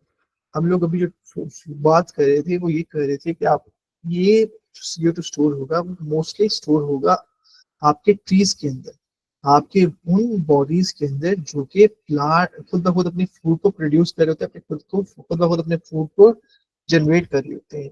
जब आपका ये CO2 आपकी ओशन के अंदर स्टोर हो जाएगा, आपके ओशन के अंदर एब्जॉर्ब हो जाएगा, तो ये जो प्लांट बॉडीज होती हैं ये अपने फूड जनरेशन के लिए वाटर से ही, वो जो वाटर के अंदर हमारे पास CO2 एब्जॉर्ब है उसको हैवी अमाउंट के अंदर, उसको हैवी ह्यूज अमाउंट के अंदर अपने अंदर कंज्यूम करेगी, ताकि वो फूड प्रोडक्शन अपने आप के लिए कर सके। जब हमारे पास फूड प्रोडक्शन होगी, आपके एटमॉस्फेयर से, आपकी वाटर बॉडी से आपकी CO2 की कंजम्पशन रिड्यूस हो रही होगी। दूसरी बात कि वही प्लांट बॉडी से कुछ ना कुछ आपके प्लांटन्स, आपके जू प्लांटन्स फूड ले रहे होंगे, एंड वही जू प्लांटन्स आपके प्लांटन्स को कंज्यूम कर रहे होंगे, आपकी छोटी छोटी मछलियां। एंड वही छोटी छोटी मछलियां आपकी बड़ी मछलियां खाती हैं, बड़ी मछलियां फिर अप्रोक्सीमेटली अल्टीमेटली हमारे पास आती हैं। तो ये उस चीज को कंज्यूम नहीं करता। क्यों? क्योंकि आपका जो वाटर है, आपका जो, अगर ब्लू कार्बन के अंदर स्टडी करते हैं, वो यही है कि अप्रोक्सीमेटली आप ज्यादा से ज्यादा कोस्टल इकोसिस्टम के ऊपर फ्लो दो, वो कोस्टल सिस्टम जिसके अंदर आप प्लांट बॉडीज लगाते हो, आप प्लांट बॉडीज की ग्रोथ करते हो, एंड वही प्लांट बॉडीज अल्टीमेटली जब वो आपके एटमॉस्फेयर से आपके ओशन के अंदर CO2 जा रहा होता है, जो कि एसिडिफिकेशन की तरफ कंट्रीब्यूट करते हैं, तो ये जब आप प्लांट बॉडीज लगाते हो तो ये उस चीज को बैलेंस आउट कर रहा होता है। ये ओशन एसिडिफिकेशन की तरफ बजाय उसकी तरफ लेके जाने के लिए ये आपको पुल बैक करता है, ताकि आप ओशन न्यूट्रलिटी की तरफ आओ, ताकि आप अपने ओशन की जो पीएच वैल्यू थी उसको या तो आप न्यूट्रल करो या उसको आप थोड़ी सी बेसिक करो। तो ये चीज, एंड अल्टीमेटली ये हमारे लिए फायदेमंद है, क्योंकि इससे आपके एक तो ओशन के जो लेवल है वो साफ होते हैं, and yes you can see the sea surface levels very clearly. आपके सी मार्चेस जो होगी, आपकी जो बाकी चीजें होगी, आप उनको आराम से देख सकते हो। नहीं नहीं, UNOC के ऊपर इसके अंदर बहुत ज्यादा बात चल रही होती है ओशंस के ऊपर। यूनाइटेड नेशंस ओशन कॉन्फ्रेंस जो कि इस साल हमारे पास हुई थी, पिछले साल भी हुई थी, उससे अगले साल भी हुई थी, एंड अभी हमारे पास जो 2026 के अंदर इसकी कॉन्फ्रेंस आने वाली है। लेट मी सी, मैं इसके ऊपर स्टडी कर रहा था, मुझे इसके अंदर यूएई कंट्रीब्यूट कर रही है यूनाइटेड नेशंस ओशन कॉन्फ्रेंस के अंदर। और यूएई के साथ मुझे उसका कंट्री का नाम भूल गया है, वो था आपका यूएई के साथ आपकी सेनेगल कंट्रीब्यूट कर रही है। लाइक एक तरीके से आपका यूनाइटेड अरब एमिरेट्स देख रहे हैं और साथ सेनेगल देख रहे हैं को होस्ट के तौर पे इस कॉन्फ्रेंस को होस्ट करने के लिए, और ये होगी दिसंबर 2026 के अंदर। और यूएई करीब है, होप्स हो कि उस तब तक हमारे वीजाज ओपन हो जाएंगे and yes we can go towards the UAE, ताकि हम लोग पाकिस्तान का एक तरीके से नुमाइंदगी कर सकें। जो आप कह लें अभी हुई थी हमारे पास रिसेंटली, वो हुई थी जून के महीने के अंदर, वो हुई थी आप कह लें अप्रोक्सीमेटली आई गेस जून के शुरुआती दिनों में हुई थी, राउंड अबाउट 10 जून के करीब हुई थी वो। और उसके अंदर फिर बहुत सारे डिफरेंट चीज़ों के ऊपर बात की गई थी। उसके अंदर जो उसकी नुमाइंदगी की थी वो की थी फ्रांस ने, एंड फ्रांस के साथ जिन्होंने साथ दिया था वो दिया था कोस्टा रिका की गवर्नमेंट ने, Costa Republic of Costa Rica. तो दिस इज द थिंग, आप जरूर इसके ऊपर सर्च करो if you want to make good क्या कहते हैं उसे प्रोफेशन इन ओशन। एंड जब आप इसके ऊपर फोकस करते हो तो यस एक तरीके से अगर आप बायोडाइवर्सिटी कंजर्वेशन के ऊपर काम कर रहे हो, अगर आप मैरीन इकोसिस्टम या कंजर्वेशन के ऊपर ओवरऑल काम करो, तो आप इस चीज को देख सकते हो, बिकॉज अल्टीमेटली आप लिंक अप कर रहे हो बायोडाइवर्सिटी को, चाहे वो लैंड के ऊपर हो चाहे वो वाटर के ऊपर, and it's a very good thing. और यूएनओसी को जरूर जरूर देखिएगा। Okay, so there is a question from Miss Shiza Shahid. I have a question. How do mangrove seagrasses and salt marshes manage to store more carbon than tropical rainforest? Miss Sheeza, एक तो उनका growth pattern as compare to tropical rain forest या किसी भी forest के मुकाबले में बहुत ज्यादा तेज है। दूसरा, जब वो as compare to atmospheric CO2 या एज कम्पेयर टू एटमॉस्फेयर आपके लैंड प्लांट्स, आपके पास जो ये मेरीन प्लांट्स हैं या जो आपके पास ये मैंग्रोव्स हैं, इनके पास आप कह रहे हैं पोर्स जो है जहाँ से ये एब्जॉर्ब करते हैं वो बहुत ही ज्यादा, आप कह रहे हैं एक ह्यूज अमाउंट के अंदर है। एंड इनकी एब्जॉर्बिंग कैपेसिटी, इनकी स्टोरिंग कैपेसिटी बहुत ज्यादा है as compare to tropical rain forest. And for example अगर हम इनका मवाजना भी देखना चाहें, लाइक एक तरीके से ट्रॉपिकल रेन फॉरेस्ट के मुकाबले में, तो आप एक ट्रॉपिकल रेन फॉरेस्ट का एक दरख्त आप लैंड के ऊपर लगा दें एंड एक मैंग्रोव का ट्री आप मरीन को सिस्टम के अंदर लगा दें, आप एक साल के अंदर देख लीजिएगा कि जो ट्रॉपिकल रेन फॉरेस्ट है उसका जो हाइट होगी वो 4 फीट या 3 फीट के बराबर होगी, 3.5 और 4 फीट होगी। एंड इसकी जो होगी ये अप्रोक्सीमेटली 4.5 या 5 तक आएगी।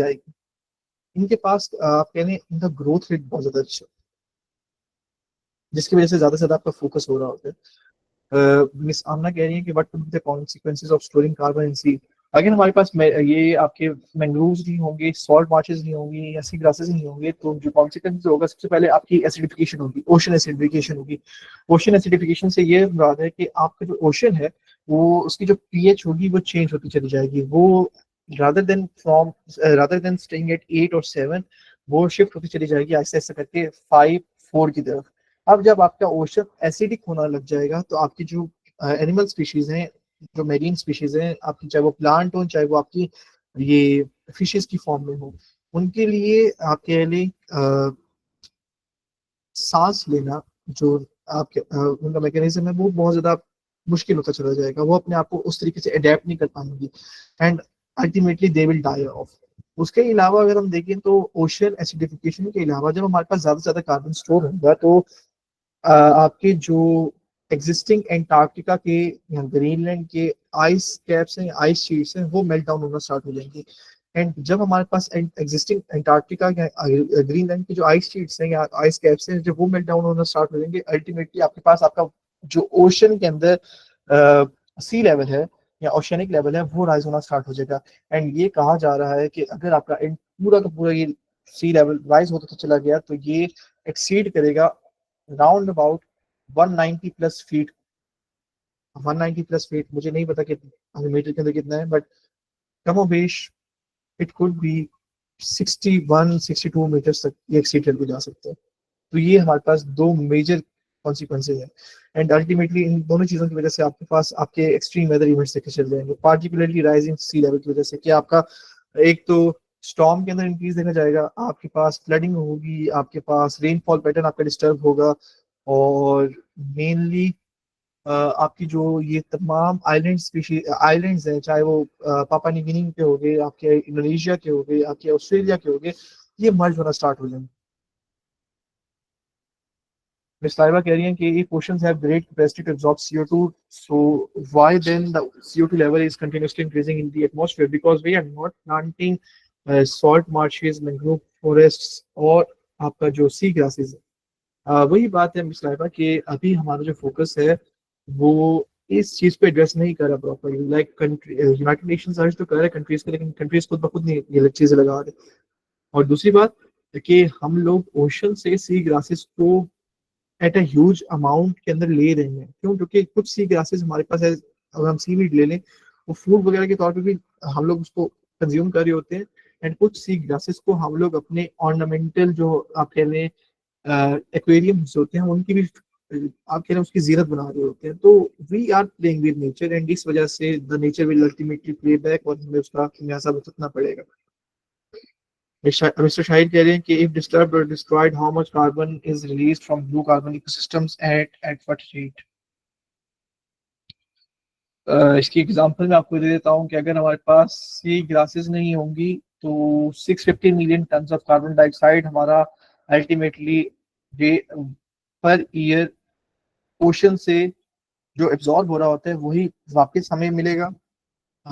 मैंग्रोव्स की मद के अंदर हमारे पास ये देखा जाता है कि इसका जो एब्जॉर्प्शन रेट है वो सी ग्रासेस की मद के अंदर 2 बिलियन टन तक ज्यादा जाता है, एंड गीगा टन के अंदर भी बाज़ औक़ात चला जाता है, लेकिन वो इस सूरत के अंदर है कि हर कंट्री मैंग्रोव फॉरेस्ट को अपॉइंट कर रहे हैं। और इसकी जो पेस होती है वो जो रिलीज होगी ब्लू कार्बन इकोसिस्टम से कार्बन डाइऑक्साइड को, मैं ये कह सकता हूँ कि 25 to 30% eight much greater rate per year के हिसाब से कह। मिस जरवा कह रही हैं इस delta blue carbon project still going on. Miss Jarawa मैंने इसका नाम सुना था, लेकिन सो सॉरी मुझे इसके बारे में भी इतना ज़्यादा आइडिया नहीं है कि अभी ऑन गोइंग है या नहीं, but yes I have heard of this projects name. और मैं अभी थोड़ा सा श्योर नहीं हूँ कि ये अभी चल रहे हैं नहीं, but you know let us search it, कोई बात नहीं, क्योंकि वी ऑल आर लर्निंग। और अगर मैं आपको अभी इसका बता सकता हूँ तो it's good thing.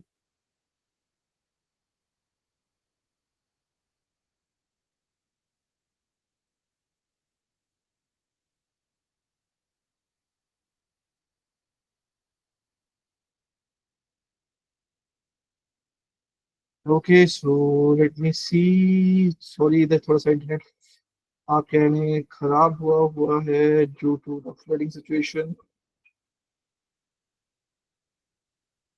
I guess खत्म हो चुके हैं। यस हमारे पास डेल्टा ब्लू कार्बन प्रोजेक्ट खत्म हो चुका है। Yes delta blue carbon project has been ended.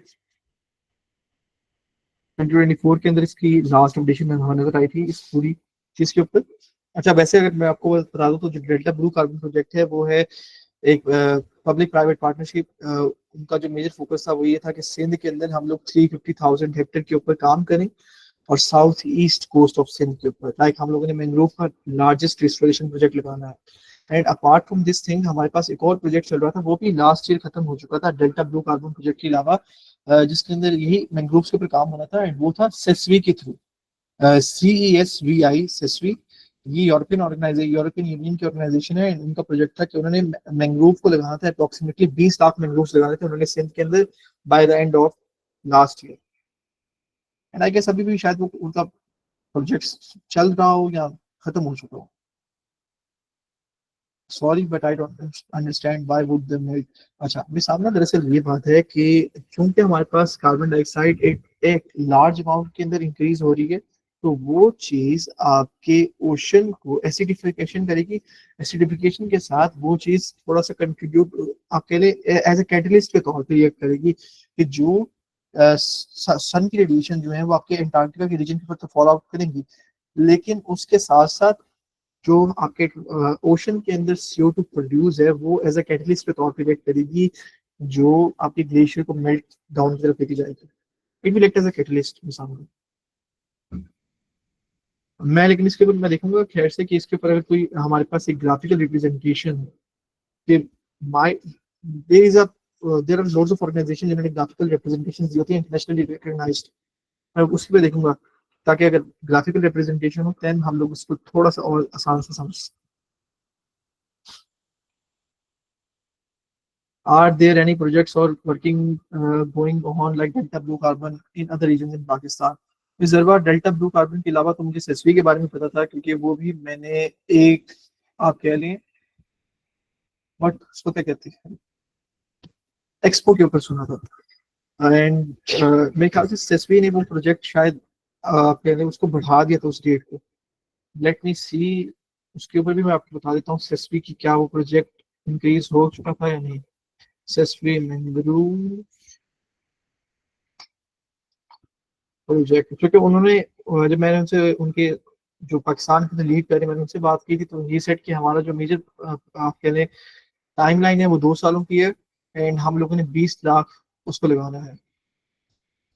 And I guess कि अब उन्होंने स्टार्ट कर दिया है एक और प्रोजेक्ट। ओके, मिजर्वा सेस्वी ने फाओ के साथ 4 मिलियन यूरो का प्रोजेक्ट लॉन्च कर दिया क्लाइमेट रेजिलियंस के ऊपर, and you can see it. ये मैंने फाओ की वेबसाइट के ऊपर भी देखा, and it's new to me. 4 million euro का प्रोजेक्ट लग चुका है इस डोमेन के अंदर, and let's hope for the best कि हम लोग इस पर काम कर सकें।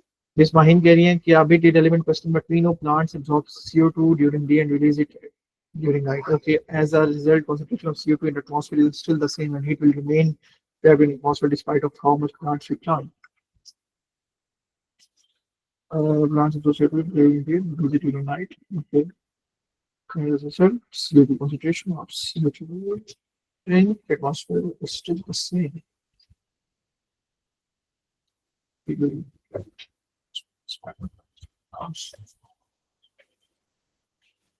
आपने मुझे इस पे सोच में डाल दिया। I am a bit confuse miss mind, अगर आप थोड़ा सा इसको if you feel free you may open your mic ताकि हम इसको थोड़ा सा डिस्कस कर सकें। I am a bit confuse on this question.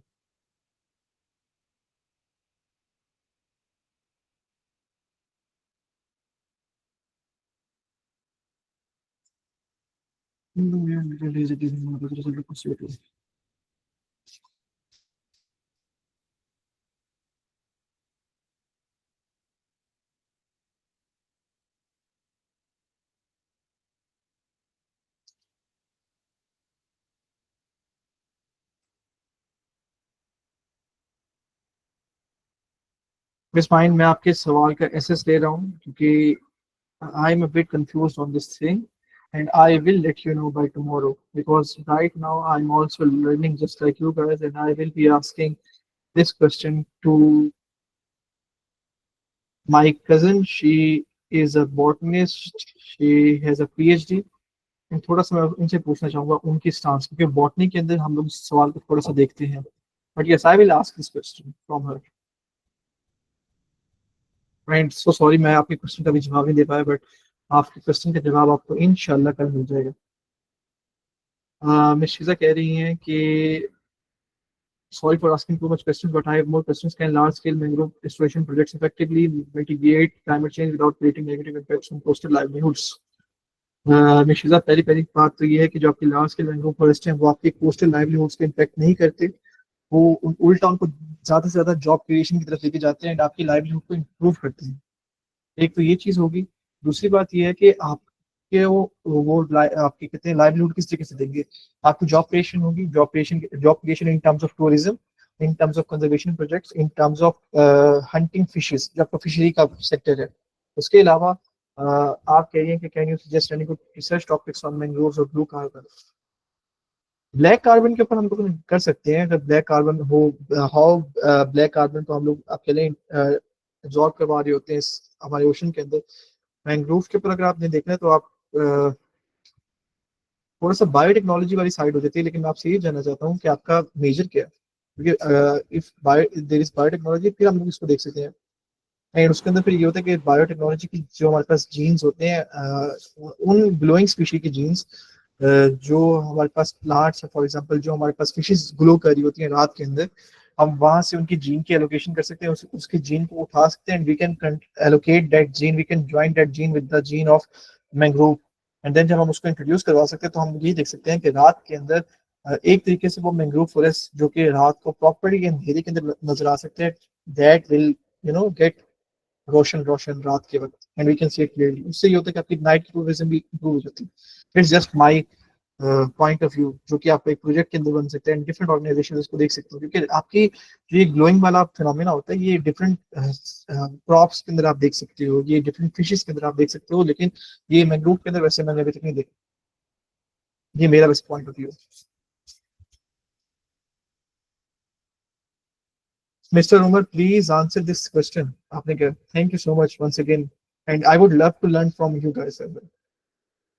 मुझे वाला क्वेश्चन थोड़ा सा कंफ्यूज लगा इस वजह से। if you are there, please, I would love to you know let your view. अस्सलाम वालेकुम। Walaikum assalam, over to you. जी जी, हाँ, अच्छा, तो ये पूछ रही हैं कि अगर दिन दिन के टाइम ऑब्जॉर्व करते हैं प्लांट्स और रात के टाइम रिलीज करते हैं तो ये कंसंट्रेशन तो सेम होगी इसमें, फिर कैसे प्लांट्स को सिंक्स कहा जा सकता है? अच्छा, तो इसका आंसर ये है कि दिन के टाइम जो प्लांट्स प्रोसेस करते हैं उसको फोटोसिंथेसिस बोलते हैं, और जो शाम को या रात को बोलते हैं, इन दी एब्सेंस ऑफ सनलाइट, उसे रिस्पायरेशन बोलते हैं। फोटोसिंथेसिस में प्लांट अपना फूड प्रोड्यूस कर रहा होता है, जैसे कार्बन डाइऑक्साइड और वाटर बनाता है, ग्लूकोज प्लस कार्बन डाइऑक्साइड। तो दिन के टाइम पे प्लांट अब्जॉर्ब कर रहा होता है, वो उसका बायोमास बनता जाता है, वो उसका फूड बनता जाता है। फॉर एग्जांपल उसके लीव्स उससे ग्रो हो रहे हैं, उस पर फ्रूट लग रहा है, वो सब कार्बन डाइऑक्साइड रिलीज, तो वो बायोमास बन जाता है। जो रात के टाइम होता है वो बाय प्रोडक्ट होता है, वो बहुत लेस कंसंट्रेशन कंपेयर टू दिन के टाइम जो वो ऑब्जॉर्व कर रहा होता है, उसकी कंसंट्रेशन बहुत कम होती है, वो एज अ बाय प्रोडक्ट होता है जो वो रात के टाइम रिलीज करता है। तो फोटोसिंथेसिस में बहुत ज्यादा कार्बन डाइऑक्साइड ऑब्जॉर्व होती है और रिस्पायरेशन में बहुत कम रिलीज होती है, क्योंकि फोटोसिंथेसिस के दौरान वो प्लांट का फूड बन जाता है जो कार्बन डाइऑक्साइड होती है। तो ये कंसंट्रेशन सेम नहीं रहेगी, इसी वजह से प्लांट्स को कार्बन डाइऑक्साइड सिंक्स बोला जाता है। तो आप शायद इस सेंस में पूछना चाह रहे हैं कि अगर ऑब्जॉर्व भी कर रहे हैं और रिलीज भी कर रहे हैं तो फिर कैसे डिफरेंस, लेकिन ऑब्जॉर्व ज्यादा कर रहे हैं, रिलीज उसकी कंसंट्रेशन से बहुत कम कर रहे हैं। तो ये इसका आंसर है, होप अंडरस्टैंड कर लिया होगा आपने। Thank you so much, Umar. Thank you so much, Mr. Umar, for letting me know. And Miss Mine, I hope कि आप इस चीज की समझ आ चुकी हो। Just let us know. वैसे thank you so much for clearing this query as well.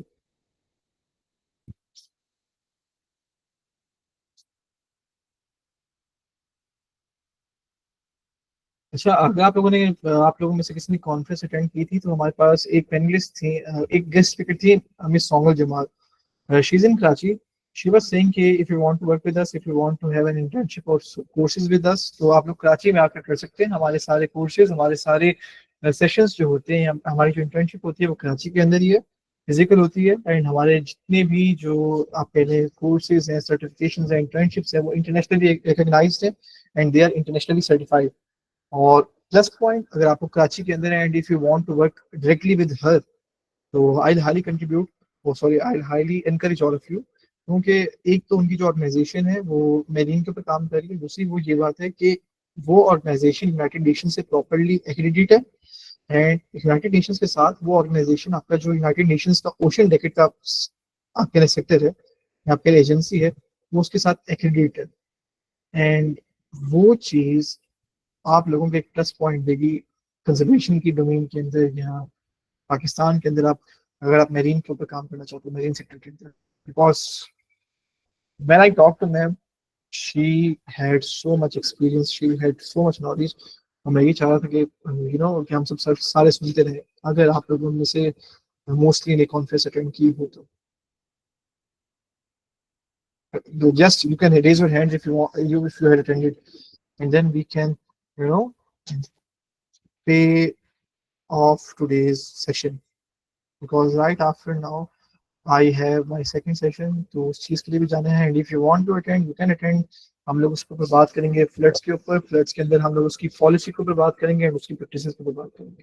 This is the thing. And yes, once again, Umar, thank you so much for clarifying for me as well, and as well as for the participants.